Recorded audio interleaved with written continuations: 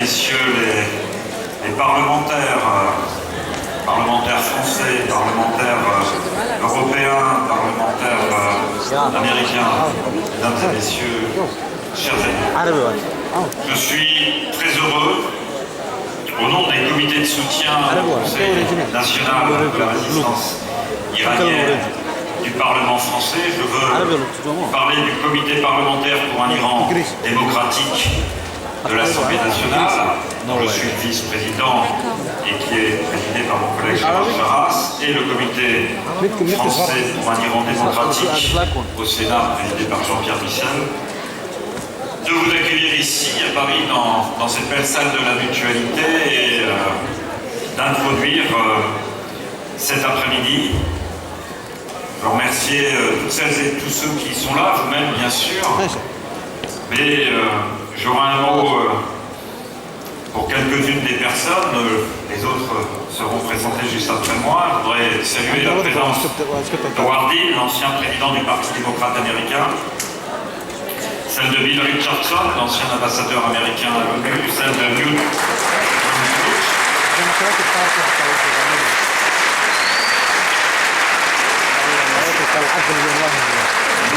qui fut candidat à l'élection présidentielle américaine et qui fut président de la Chambre des représentants américaine, Madame la ministre Michèle Alliot-Marie, ancienne ministre d'État,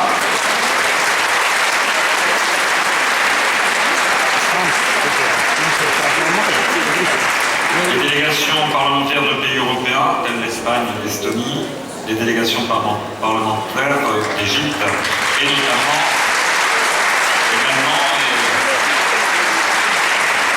je crois que nous pouvons fortement les applaudir, les représentants de l'opposition syrienne.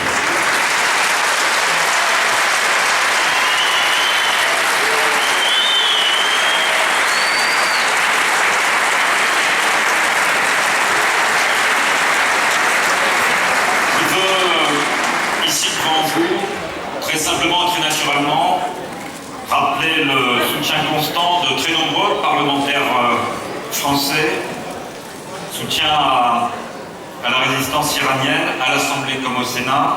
Je veux rappeler qu'à diverses reprises, nous avons obtenu la signature de ces parlementaires, d'une majorité de ces parlementaires, et en particulier lors d'une déclaration qui disait exactement ceci, considérant que la troisième fois proposée par Madame Mariam Rajavi, présidente élue du Conseil national de la résistance iranienne, coalition d'opposition démocratique, appelle à un changement démocratique par le peuple iranien et sa résistance, tout en refusant la complaisance et une intervention militaire. Ces parlementaires appelaient déjà le gouvernement français à reconnaître la résistance contre la dictature religieuse en Iran et envisager et établir un dialogue avec le Conseil national de la résistance iranienne. Cette demande reste la nôtre. Nous sommes vus il y a quelque temps, salle Colbert à l'Assemblée nationale. Nous aurons une réunion dans les prochains jours également et nous voulons faire en sorte effectivement que, après le combat que nous avons mené tous ensemble, avec les armes du droit, mais avec des soutiens politiques importants, nous avions d'ailleurs eu l'occasion, le 6 décembre dernier, à la Défense, de nous rassembler autour de cette victoire qui avait abouti à ce que la condamnation du CNRI et de l'OPMI par l'inscription sur les listes d'organisations terroristes en Europe et aux États-Unis soit définitivement levée. Après ce combat contre l'exclusion et la condamnation de la résistance iranienne, le combat qui est devant nous, c'est celui de sa reconnaissance effective, du fait que les diplomaties occidentales, la diplomatie américaine, dans la situation qui est celle du pays aujourd'hui, on va en débattre cet après-midi, mais sur lequel je reviendrai, soit effectivement aujourd'hui reconnue comme l'organisation légitime de la résistance iranienne, une organisation qui a vocation évidemment à rassembler toutes celles et tous ceux qui, dès aujourd'hui et encore plus demain, veulent mettre fin au régime des mollahs et veulent que demain l'Iran soit un grand pays démocratique dans cette région. Le peuple iranien le mérite. L'histoire de l'Iran, au travers des siècles, l'exige. Et c'est bien cette étape-là, nouvelle, que nous engageons ensemble. Je voudrais dire un mot de la situation actuelle, et en particulier de ceux de nos amis iraniens qui, installés en Irak, au camp d'Ashraf, ont été déplacés, peu enclins à la politique. Je n'emploierai pas un autre terme, vous verrez, vous voyez bien à quel terme je pourrais faire référence, qui ont été déplacés au camp Liberty. Cela relève à la fois d'une situation actuelle en Irak, cela relève à l'évidence d'une responsabilité internationale, parce qu'il s'agit là de réfugiés politiques, il s'agit là de questions humanitaires et de protection des réfugiés, et en réalité, aujourd'hui, cette protection n'est pas assurée. Elle n'est pas assurée pour deux raisons. D'une part, à raison des conditions matérielles de vie dans le camp Liberty, à raison de l'état hors d'usage d'un certain nombre d'infrastructures, à commencer par des infrastructures sanitaires et son inefficacité, à raison donc des difficultés que rencontrent nos amis d'Ashraf dans le camp Liberty, difficultés à se soigner, difficultés à vivre, sans parler même de la question des vies. La deuxième question, deuxième problème, c'est le devenir. Sur les 3000 environ Iraniens d'Ashraf, plus de 2000, c'est l'objet aujourd'hui d'un entretien.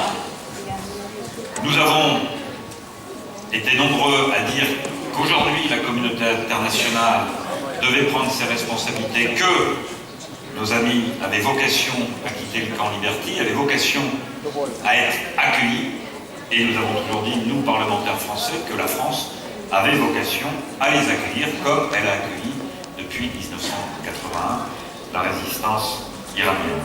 Il y a là une question qui relève de la communauté internationale, qui relève de l'ONU, et je crois que là encore, il faut que l'expression politique et notre soutien soient là pour que cette double question, celle à partir du moment où le camp Liberty ne permet pas de vivre dignement d'un retour à Ashraf, et celle, bien évidemment, de l'accueil des Iraniens comme réfugiés politiques dans les différents pays. C'est tout à fait possible, c'est tout à fait faisable. C'est une question de volonté politique et c'est une question aussi d'affirmation politique par rapport au régime iranien.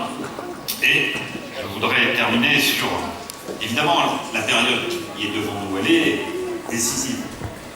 Elle est décisive parce que nous voyons bien que trois facteurs vont pousser à une évolution qui peut être rapide, et d'autant plus rapide qu'elle fera l'objet, au plan international, de positions extrêmement fermes. L'une est évidemment la situation en Syrie. On connaît les intérêts liés du régime de Bachar el-Assad et du régime des Mollahs. La situation en Irak va évoluer et tout ça affaiblira le régime iranien. La deuxième réalité, c'est celle de la réalité de la situation économique et sociale en Iran, extrêmement dégradée, et cette situation-là conduit au plan intérieur à une situation intenable pour le régime. La troisième, c'est la question nucléaire, toujours pendante, mais toujours l'interrogation à ce sujet, entre la fermeté et le compromis. Nous considérons qu'il n'y a pas lieu à avoir de compromis. Et la perspective, c'était effectivement 2013, et j'en terminerai par là, l'élection présidentielle en Iran, dont on ne peut, à l'évidence, rien attendre à partir du moment où cette élection sera tout sauf démocratique. Elle est même l'objet, au sein même du pouvoir en place, de tensions et de règlements de compte.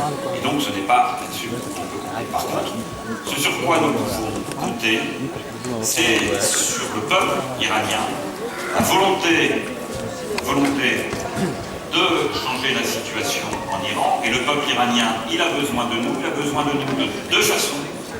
Il a besoin d'un message fort et clair de soutien de la communauté internationale, et nous l'exprimons aujourd'hui. Il a besoin d'une résistance organisée, légitime et reconnue qui donne une perspective et un espoir. C'est pour cela que nous sommes là cet après-midi, pour cela que je vous remercie d'être là, pour cela que j'étais très heureux d'être le premier à intervenir, et je devrais malheureusement vous quitter rapidement pour rejoindre l'Assemblée nationale. Comme vous le savez, nous avons ce week-end des débats législatifs importants. Je vous remercie.